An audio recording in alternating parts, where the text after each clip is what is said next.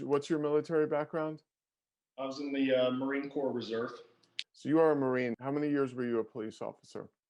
I worked at the city of Dunwoody for a little over 2 years, and then I worked at another police department a campus police department for about a year. So about 3 years. You're suing the department that fired you. How has your TikTok videos impacted that? When I first started, I was terrified. I had 20,000 followers, I think, or something from funny police videos. And I spoke out, and all of a sudden, everyone at the department slowed down. Everyone at the department slowed down. Everything that was going on so fast, them trying to get rid of me and them writing up other officers, slowed down. And then they were very methodological after that. I went to 150,000 followers, I think, as of this week. And it's been a blessing, and I have been able to talk to police officers across the country. And it's interesting because what I've found is, again, it comes down to the command staff. It's corrupt at the top, not the other way around. Officers try to say something. I spoke to an officer that I'll be posting today that she is an officer in Louisiana. She saw officers on camera who were making a shank at the jail in the jail office, planted it on somebody, and she saw that on the camera. And she went to go to review the footage of where they actually planted it, because that same one that you can see them making on the camera was later found on somebody, and an hour of footage was deleted. Instead of launching a serious investigation, oh my gosh, someone's planting stuff on the inmates, what's going on? That officer was written up because she didn't disclose that she knew how to use the camera system before she was before she was hired there. So she didn't disclose that, so that's wrong. She should have disclosed that she knew how to use the camera system. Why? Because she caught you guys committing crimes? Like that, it's just ridiculous. I think TikTok has opened my eyes, and I've had a lot of people message me and stuff. I've had citizens share their stories about police. I've had police officers support me. And a common question when I was interviewed on the radio, they asked me, well, hasn't any of your officers asked you to stop? Aren't you hurting the department? And I can honestly tell you that to this day, I have not received a message from a police officer telling me to stop. It takes a lot to speak out. I will never forget the first day I posted a whistleblowing video on TikTok. I moved it to private and back to public 6 times that day because I was so terrified. A lot of movements right now, there's defund, we want to defund the police, and there's the abolish the police. What do you think about either of those movements? Where do you think they're going to have it right? Where do you think they have it wrong? Well, and I can't necessarily say I agree with much of abolish the police, because we've always had a police force. We've always had something similar. There's always been laws. There's always been a way to enforce those. And I think that bringing in private contractors to do traffic or something, and getting rid of that job or function of the police altogether isn't going to solve any problems. You're just bringing in people that aren't stakeholders to the community, that don't care about the outcome for the community, that live in another city that don't care. You're telling them to be unbiased, which I could see why you would feel like they'd be more unbiased, but they also don't care about well-being. What's going to make them feel like they need to run into a house fire? What's going to make them feel like they need to go and try to, save someone's life?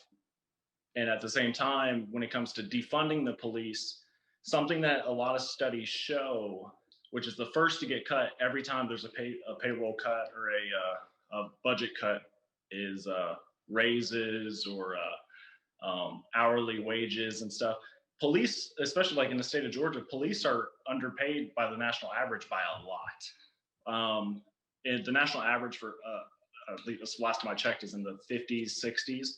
Officers out here, I know some in the county in the rural areas that they started at $12 an hour just a couple of years ago, given a gun, a badge, and they had to buy their own ammo, and they had to go out on the street. And it's ridiculous to imagine, because I think it's self-explanatory. Now you have these people out here, they're like, well, it's not as much crime in that area. The goal, I guess, is always to have more for police departments, but essentially I would be going to the same amount of calls as those people would be, because I have more people with my department on shift as some sheriff deputy in the middle of nowhere that goes from call to call to call.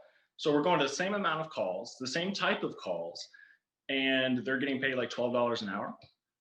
So I think with defunding the police, you're going to see like there's a lot of studies that one of the major factors for positive community engagement is or positive mental well-being for law enforcement is pay. Because if they are sitting there and they're running into murders and they're going home to giant bills on the table every day and not sleeping much and having to stay up all night and then turn around and go back and do it again, and we're talking about cutting their budget more, you're going to get more disgruntled police officers that, especially the ones that will stick, I think that will stay are the ones that don't, well, one, that don't have anywhere else to go, or two, that really love the job.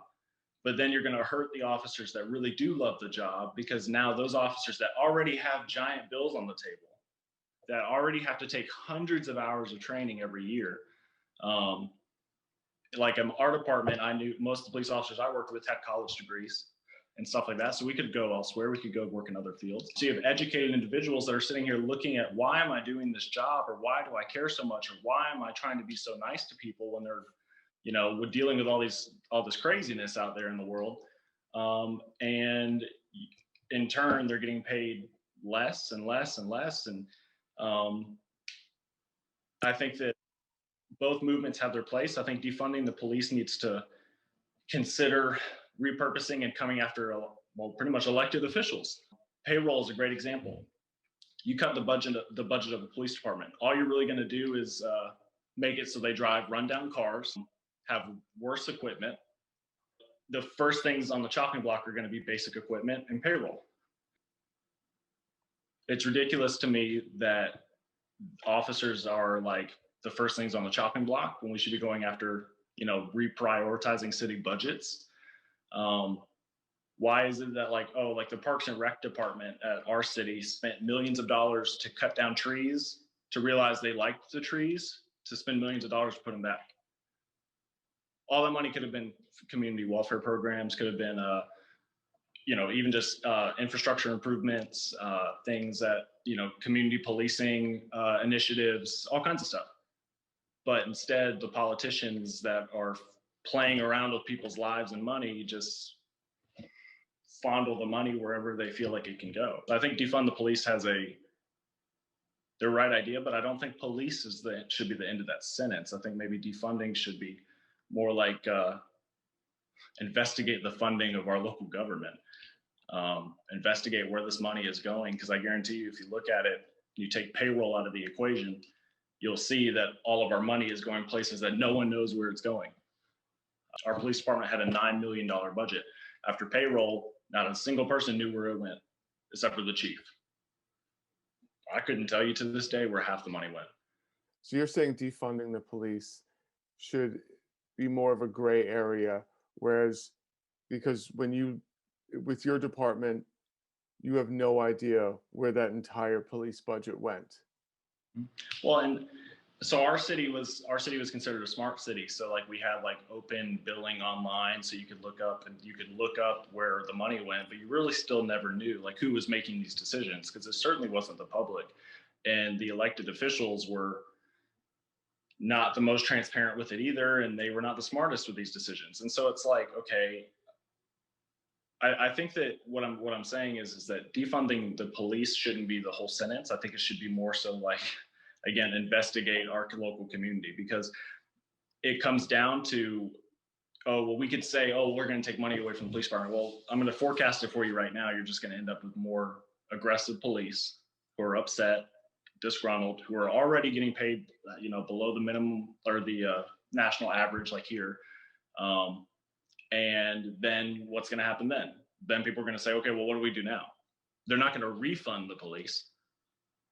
They're just going to divert their attention. So now you're going to create a problem where you have disgruntled police officers for the next 10 years, and you're going to realize that we should have directed our attention towards, elected officials or the people responsible for our money and our funding, and making sure that they're making responsible decisions versus coming after the police, because I guarantee you that any police officer on the street has no idea anything about the budget.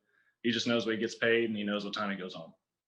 So you're saying, you know, it affects a lot of the people. That affects the people at the lower levels as police officers.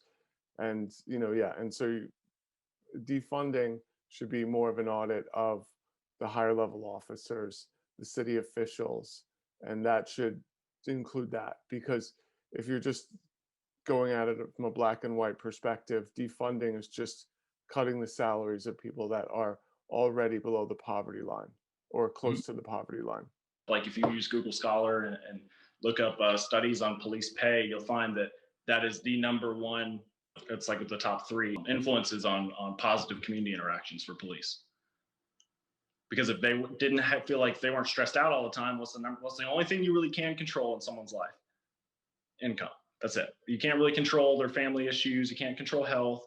You can give them good benefits, which will help. But if you want to, make someone feel like they're welcome, they're appreciated, and want them to do a good job, you pay them accordingly. And when you cut and slash budgets, the first thing to go is going to be annual raises or, extra benefit programs, maybe even gym memberships for police officers. So now some departments provide like a gym membership for police officers. So now you're going to have officers who are not getting a chance to go to the gym and work out their stresses and all this other stuff, when we could instead be making sure that our money is used responsibly to support not just police officers, but the community as well. Police officers should be considered a part of that community. And I think on both sides, the side of the police and the side of the community, we have to realize that.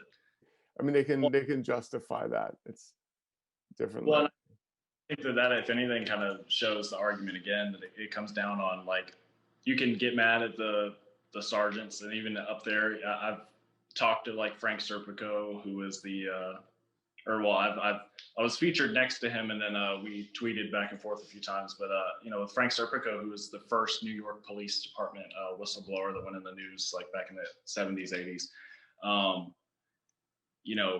Up there with their command structure, you have the sergeants and lieutenants, and they have like all these districts and majors and all this craziness and captains.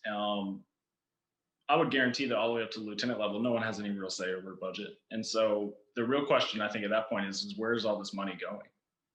And so defunding the police, again, should just come down to an audit, because if these officers were paid a little bit more and we could give them better equipment instead of dealing with wherever these billions of dollars are going. And so I think that would be another good argument to say, okay, look, we need to audit. We need to come in and look at this and be like, okay, where's all of our money going? If there's not a document, again, we are the governed. Again, it comes down to the command staff. It's corrupt at the top, not the other way around. To take it from the top down, you would actually be able to do something about it. If there's an issue at that police department, the corruption is so bad. Okay, so why are we looking at the officers? Oh, that officer's corrupt. That officer's corrupt. Why isn't the chief fixed it? Why? Because the chief's corrupt. Take it from the top down, not the other way around. You can change the bottom. You can change the foot soldiers, and you can put a new paint style on the patrol car and all this other stuff. But if you have the same chief of police, you have the same chief of police. You have the same person that allowed for it to get this bad, that allowed for the public to be mistreated. It's a different scenario with me and so I'm in New York City. New York City, we have 36,000 police officers. The budget, even after de Blasio, so even after the mayor, who I don't like, cut the budget. He cut the budget by $135 million, and it is $4.9 billion. So the defund argument it works a little differently here, because you're like, well, we spent $4.9 billion. We don't need to, and we have 36,000 police officers. We don't need to be raising this amount. They lowered the starting salary here for New York City cops. So it's really low. But since being a New York City cop is such a career builder, they use that to say, listen, you know what, it's going to be low, but you know what, you start here, you can make it anywhere else, like from there, versus like New York City. You were fired, you had no recourse because you don't have a labor union to back you up. And the funny thing is that with New York City, with places like here, there's a very strong labor union that blocks any reform. If we had all of these systems in place to keep officers in check, don't you think it would stop them? It would hamper them doing their job? If anything, I think that it would make our lives so much easier. If we can come in and we can get an outside agency, not a union or anything, but someone that's not a stakeholder in this, that is an unbiased, independent investigation, just like we are supposed to do for the public, come in and investigate our claims of corruption, fraud, anything that we notice, then if anything, our lives will be better because we'll be happier. There's always an ethical dilemma of being a police officer, right? And that's what the whole world sees is what's okay, what's not okay. The command staff creates this giant gray area because they can do whatever they want and get away with it. There's not a document from the government that says, hey, this is where all your money's going, then why? You were unceremoniously fired from your job. They were just treating everyone like crap. People like me, I ran into a house fire and I got a mom and a dog out of this house fire. They told me that I didn't deserve an award because I carried the lady out the wrong way, because I physically pushed her out the burning building instead of carrying her. And after that kind of set my radar off kind of weird for about a year, I kind of watched everything and I realized that certain people were getting certain benefits and other people, that if they didn't like you, you got none. And so people like me ended up getting like consistently written up for things that were not policy violations. They'd pretty much my supervisor even made it to a point where if he knew that the lieutenant or the major were going to be at the police department, he would tell me to skip roll call at the beginning of shift just so I didn't encounter them, because he knew that they would try to write me up for something that wasn't a policy violation. As I kept looking into it, I found out with some of my colleagues that also started speaking out at the same time that pretty much they had a sex ring. They had a sexting scandal where you had to send nude photos of yourself to the lieutenant to get extra jobs, to get commendations, officer of the quarter, all kinds of things. And if you weren't in that ring, they tried to write you up consistently over and over and over again until you were forced to pretty much go to the lieutenant and be like, hey, lieutenant, why am I being written up? And then he would be like, oh, you're a great officer, we should hang out outside of work. And then he'd pretty much demand nudes from all these officers and stuff. And then you have officers like me and a few others that we never were going to hang out with a lieutenant outside of work. We never came to him. We're like, hey, what can we do to change that? We just did our jobs. I mentioned that I was going to get an attorney. And within like a month after that, they put me under investigation. They took my gun and badge and said it was for a neighbor's speeding complaint in my patrol car. But when we reported the lieutenant, they never investigated him. They never took his gun and badge. He was allowed to resign and move to Florida with no notes on his file. But then they terminated me saying that I was speeding my patrol car. So you got fired, you got terminated for speeding in your patrol car. Yeah, they said that when they first asked me about it, that I was untruthful. But whenever they asked me about it, I brought up the fact that this is the 4th time I've been accused of doing something in my patrol car. And the first 3 times it wasn't me. And they didn't care about that, which would mean, of course, those other 3 times that it was someone being untruthful. So it was clear that they used the system and twisted it in a way to get rid of officers that were either speaking out and such. And if you have an officer that's sitting here mentioning getting legal counsel, wouldn't justify it, but I could see why they would try to go after them for untruthfulness, because then you could try to say that all their claims are false. But they didn't realize that me and 3 other officers had already gotten lawyers and had hundreds of pages of documentation on them. And so they've been in the news ever since. So there was a sexting ring going on, and they were sexually harassing the people. And so these were, surely it's just, probably just one bad apple, right? That's dealing with this, right? Well, and you would think, right? But after looking at it from the top down, even the news actually released that, over 6 or 7 officers were exchanging news with this lieutenant. And then the chief of police, we named him in our lawsuit, and the city allowed him to investigate himself and the lieutenant. And he said that everything was fine, that it was consensual and nothing was wrong with that. So he essentially cleared himself of all wrongdoing, so that way he couldn't be held liable. And he is still the chief of police to this day. Citizens actually go consistently to the city council meetings and demand his resignation, but nothing's happened. And what city is this? The city of Dunwoody in Georgia. Yes, a northern suburb of Atlanta. So Dunwoody of Georgia. So the chief of police was so knew about the lieutenant that was running a little sexting ring where you had to send him nudes, and he knew about this. He was complicit in this. Well, it's interesting because he said initially when it came out that he never really knew about anything like this, and he had to look into it and investigate it. Well, that's strange because we have documents from 3 years ago where the city paid off an officer who reported how he was sexually harassed from that same lieutenant.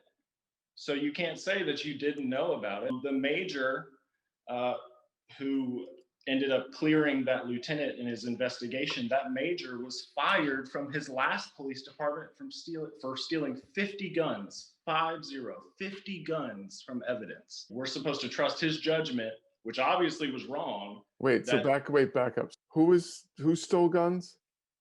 So the major over the patrol division. So your superior. Boss's boss's boss. He was fired from his last police department for stealing 50 guns from evidence. He was found in possession of 50 guns, and we got the copy of that report. And he's trusted to be in charge of the patrol division at the city of Dunwoody. Are you kidding? Like, so he was in a major. So was he in a major city? Where was he? It was an older city, but it was right around the same size. So basically, this major in your department was in another city, tried to stole 50 guns from evidence, got fired from that, and then came to your city to be the major.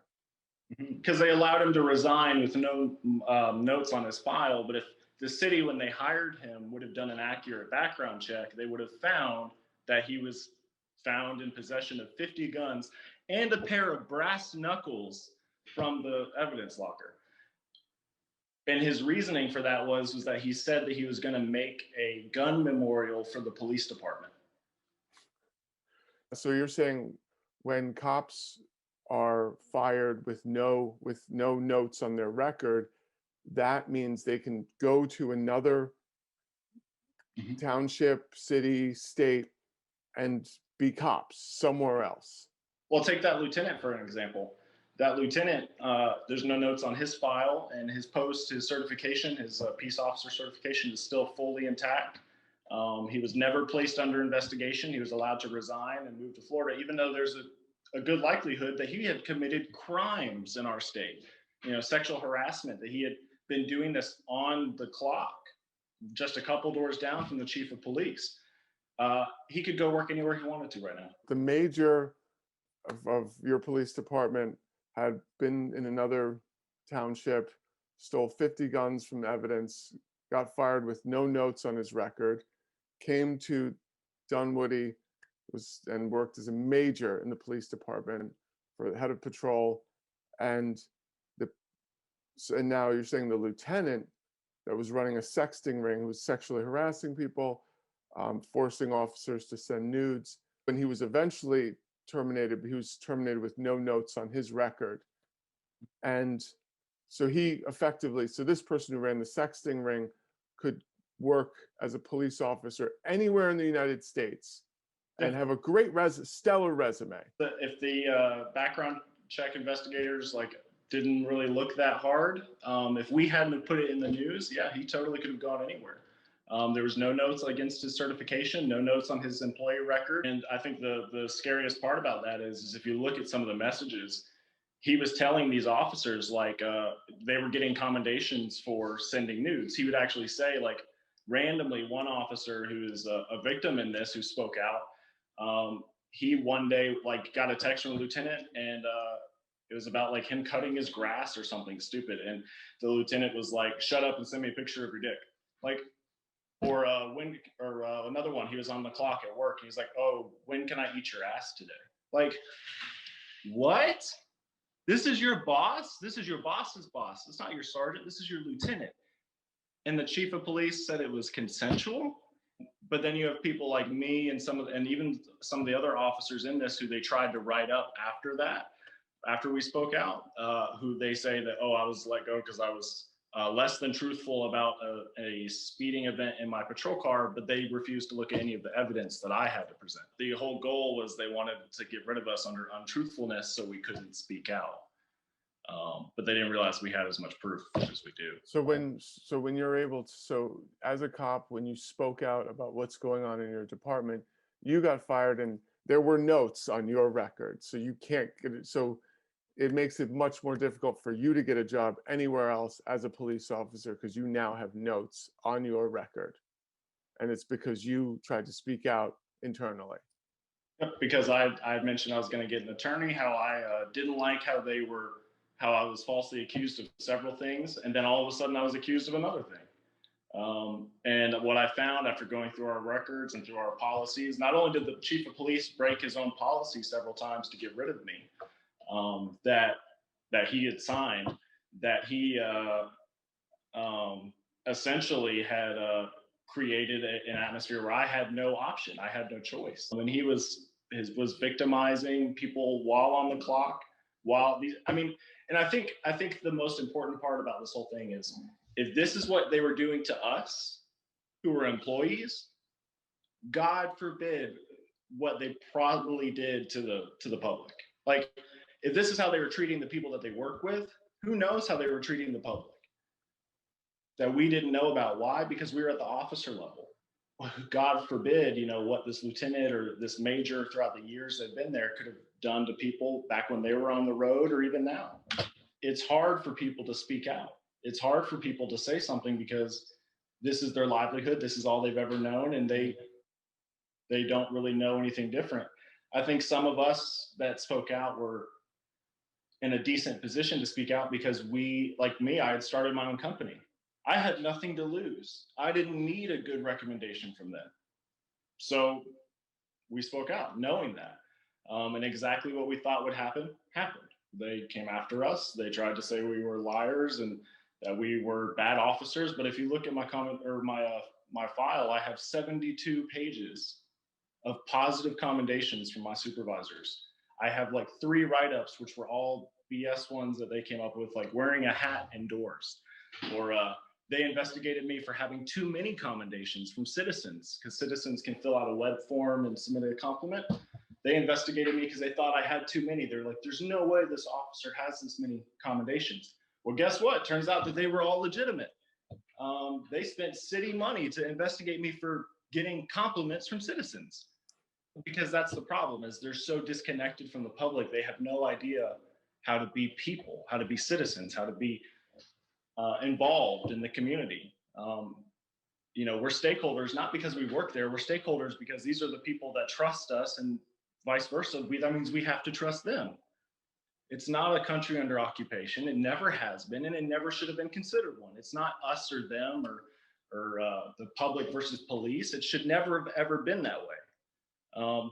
The word cop comes from constable on patrol. That's from years and years ago of history. And constables on patrol were known as constables from being stakeholders in the community. They were your neighbors. Now we're sitting here like talking about, oh, officers can like commit a crime somewhere and up and move and go join another community and be a police officer. That's just crazy. That's a huge problem. So you hear about a lot of people that when they get written up for something, when they make the news, you find out that they were police officers in another state, and their record in that other state was not good. So you're saying when cops are fired with no notes on their record, that means they can go to another township, city, state, and be cops somewhere else. Well, take that lieutenant for an example. That lieutenant, there's no notes on his file, and his post, his certification, his peace officer certification is still fully intact. He was never placed under investigation. He was allowed to resign and move to Florida, even though there's a good likelihood that he had committed crimes in our state, sexual harassment, that he had been doing this on the clock, just a couple doors down from the chief of police. He could go work anywhere he wanted to right now. I think that we have this issue right now in America where officers a lot of times end up in this weird place where they feel like, oh, I'm held to a higher standard. And because they feel that way, it disconnects them from, oh, well, I'm not just a citizen. And it creates this whole type A complex, right? A lot of officers, when I was in training, we'd show up and the instructor would be like, okay, I know we're all type A personalities. There's a problem in that by itself. One, you shouldn't identify as a type A personality, but two, we're supposed to be police officers. You can't be a type A personality and the world be all about you and then you're over here trying to protect and serve. That's ridiculous. Okay. Yeah. It's not us or them or you or me or police and whoever. It's just people. We're just people. We're just Americans. We're just citizens. Police are a great example because the police are an international community. I've met police officers from Nigeria who were astounded by some things we do, and they were impressed by some things we do. Like, it's an international thing. The police have been here for thousands of years in some form or shape or something. We just have to find a way, again, as our community and society continues to change, to get better. Not that we've ever been good at it, but to improve how we integrate with the community.